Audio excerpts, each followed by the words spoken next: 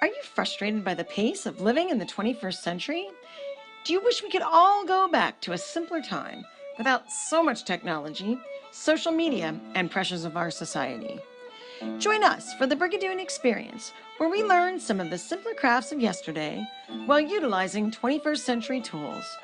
We will explore the very most basic skills, crafts, organic gardening, music, and everyday household tips that maybe even our ancestors used.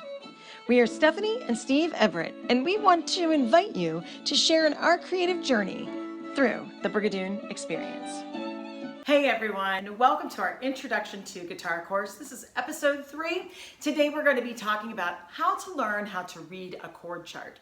And it's a really important thing to know how to do. Once you know how to read a chord chart, you can kind of go to town on learning all different kinds of chords on your guitar.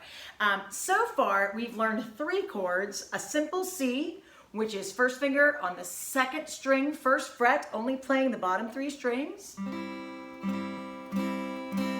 We learned G7, which is first finger on the 1st string in the 1st fret.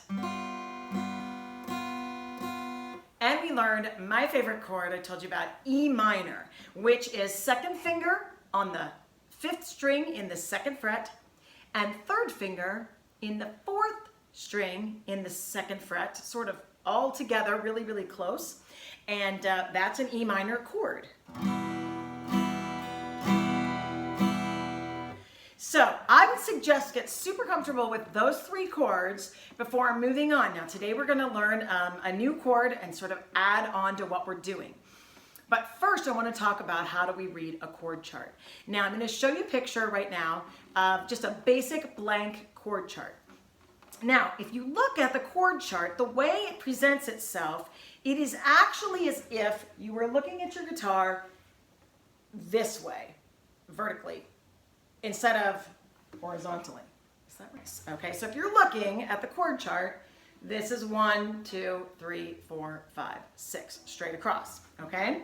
And then you'll see the frets going across that. It's like a grid. So the 1st finger in the 1st fret is that top space, 2nd fret is the middle space, and then you see the 3rd fret. So you can see how it's laid out. It's just that the position of your instrument is a little different than what you think of it when you're actually playing. Okay, so take a look at that. From right to left, it is string 1, 2, 3, 4, 5, or E, B, G, D, A, E. So it goes from right to left. Okay, and then you'll see sometimes on a chord chart, individual strings might have an X over the top of it, at the very, very top. What that means is don't play that string. So in the case of our easy C chord, there would be an X on strings 4, 5, and 6.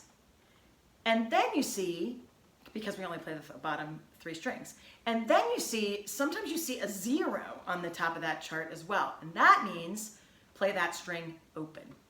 So for our easy C chart, if you were reading right to left, it would go 0, 1, 0, X, X, X. And that means open E, first on the 2nd string, open G, and then don't play any other strings. So that's what it would look like. And you can take a look at what that easy C chord looks like. So it's a little complicated, but if you can remember that the strings run across the top and the frets run down the side, you'll always be able to read a chord chart. So I thought we'd do a review of E minor, looking at that chord chart and kind of understanding where our fingers go relative to the chord chart. So if you remember, 2 is going to go to 5th string. So check out the chord chart right now. See how 2 fits in there? And then 3 is on the 4th string in the 2nd fret. So you can see that both fingers are snug between fret 1 and 2. And if you look on the chord chart, see the exact same thing. So let's play that E minor. Let's just play that 4 times together. Ready? And.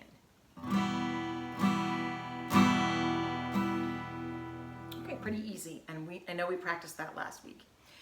So I'm going to share with you a new chord, and this is E major. Now, E major only has 1 finger difference. So if you're on E minor, let's get yourself set on E minor. So 2 is on the 5th string, 2nd fret. 3 is on the 4th string in the second fret right next to each other. They're good friends. And we're playing E minor, and we want to make it major. So we're going to add one finger to that.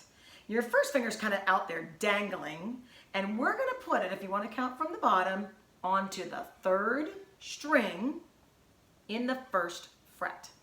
So we change E minor to E major.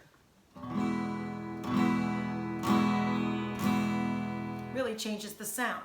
So to go between E minor and E major, you're only moving one finger, which is your first finger. And all you do is lift it off for E minor and put it down for E major. So remember, to get to E major, you're adding your first finger on the third string in the first fret. So this is what I want to try today, is I want to try 4 E minors. So get yourself set with the E minor. 2's 5th string, 2nd fret. 3's 4th string, 2nd fret. So we're going to play, let's play 8 of those.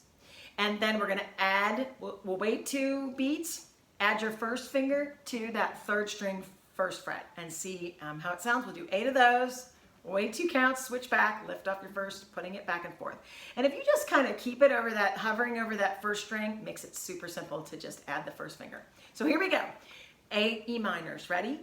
And 4,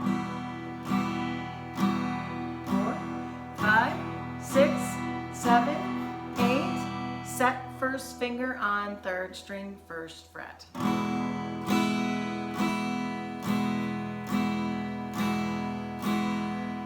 Pick up first finger, E minor is right here.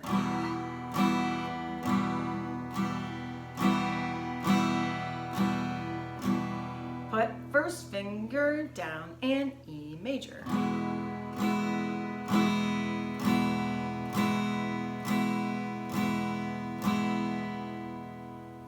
Okay, that's all for today. I just want you to get the difference between E minor and E major and start looking at those chord charts. It's a little tough at the beginning, but once you get going, my goodness, you'll just be ready to go off to the races with reading chords and chord charts. I'll try to also include a chord chart on our classroom site so that you can see more than just those 2 chords. And then we'll come back, and our next episode, I'm going to show you the full C chord and the full G7. So that'll be our next episode, but keep practicing E minor and E major and looking at that chord chart, starting to get really comfortable with how to read that. Take care, everybody. Stay safe, and thanks for joining us.